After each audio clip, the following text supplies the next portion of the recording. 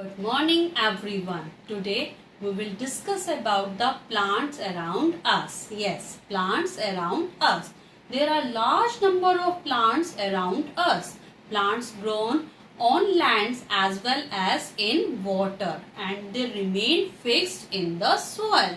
They can't move, but they can show the movement. So the plants are of the different types. There are different types of plants, or we can categorize the plants on the basis of their shape and sizes.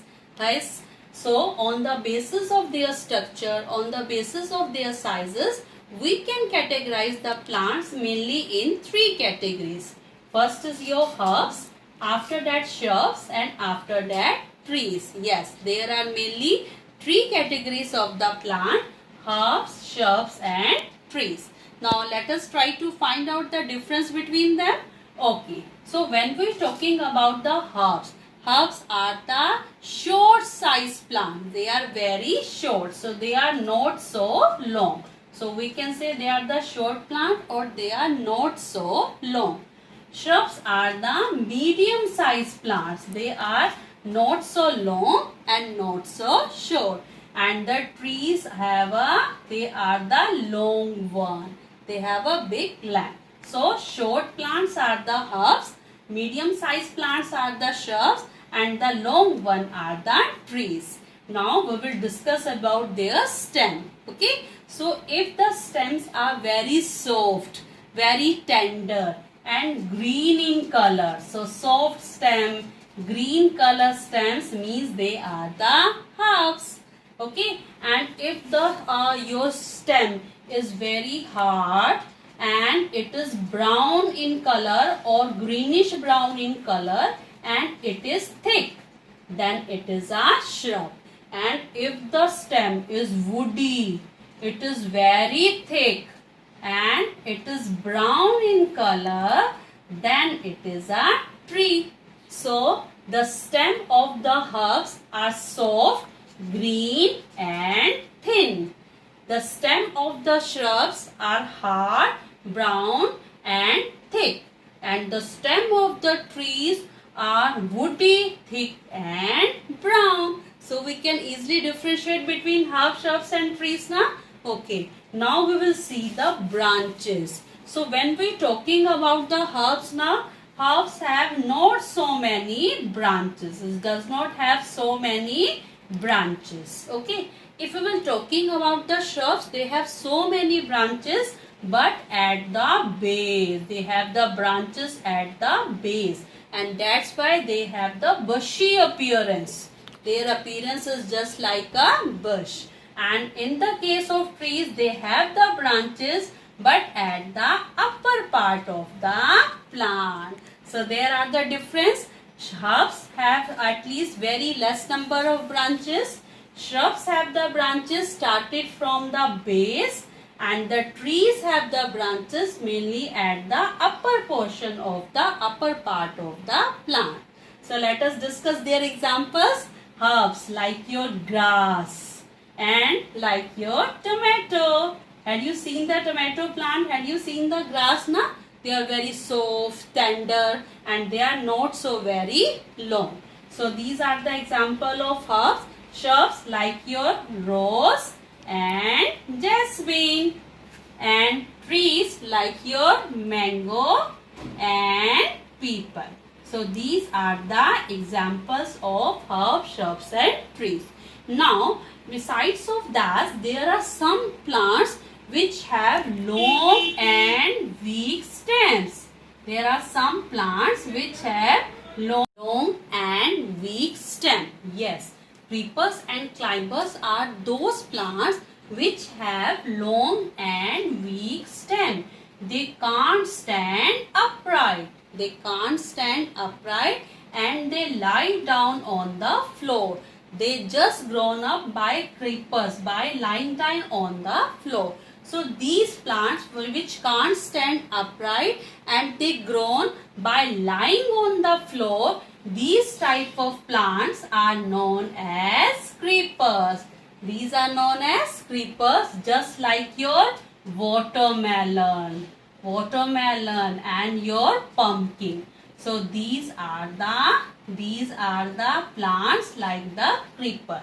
But there are one more category of a plant, climbers. They also has the long and weak stem, but they can climb up with the help of any spore. Yes, by taking the neighboring spore, they can climb up like your grapevine. Like your grapevine. And to give them the spore, there are some special structures like their leaf tendrils and their stem tendrils. Means they have the special structured tendrils to give them the spore. So those plants which also have the long and weak stem, but they can climb with the help of some neighboring structure, with the help of some spore, they are known as the climbers. Now, on the basis of the presence of flowers and not flowers, we can categorize the plants into two categories. Yes, first is the flowering plants. Flowering plants, as the name indicates, those plants which bear flowers, like your rose is there, like your jasmine is there, and those plants which don't bear the flower, these are known as the non-flowering plants. Okay, and like your ferns are there and like your moss are there.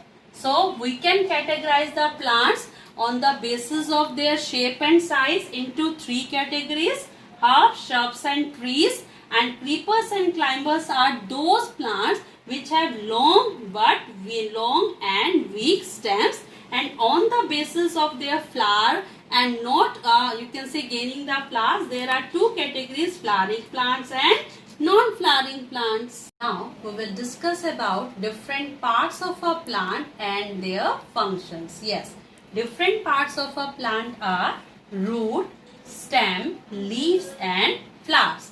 Out of these, roots are found inside the soil. Yes, roots are found inside the soil. Okay, and what is the main function of the root? The root's main function is to absorb water and nutrients from the soil. The main function of a root to absorb water and nutrients from the soil to give to the rest part of the soil. Okay, after that, stem is found just above the soil and it gives the support to the plant. It helps the plant to stand erect. As well as stem bears the leaves and the fruits and the flowers. And what is the main function of a stem? The stem conducts the water absorbed by the roots from the soil to different parts of the plant. It conducts the water and minerals absorbed by the roots from the soil to different parts of the plant.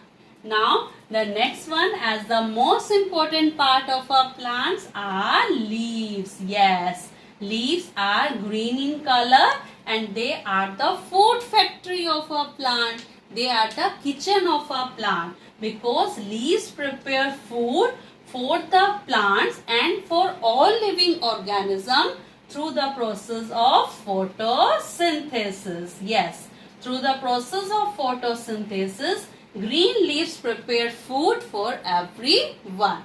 And flowers are the reproductive part of a plant. They are the reproductive part of a plant. They help in producing the seeds so that their species can be continued. So the roots absorb water and minerals from the soil. Stem conduct water and food prepared by the leaves to different parts of the plants. Leaves prepare food for different parts of the plant as well as for all living organisms through the process of photosynthesis, and flowers do the process of reproduction.